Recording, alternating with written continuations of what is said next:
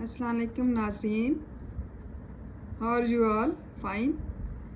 ये फ्रेसेस जो है ना, ये आप याद करें और इससे आप जो है सेंटेंस बना सकते हैं। ये कुछ वर्ड्स मैंने दिए हैं, तो प्लीज़ इसको जो है अच्छी तरीके से याद कर लें। आपके जो है रोज़मर्रा ज़िंदगी में बहुत काम आते हैं ये। एबल, कादिर, किसी चीज़ पर कुदरत रखना।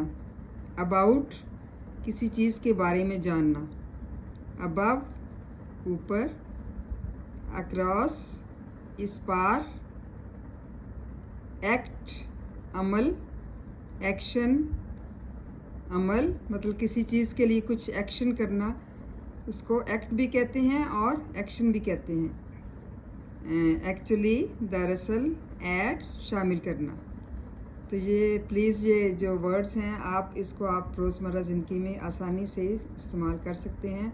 आपको उर्दू भी इसके बारे में पता चल गई और इंग्लिश का जो है वो इंग्लिश के बारे में भी पता चल गया। Thank you so much.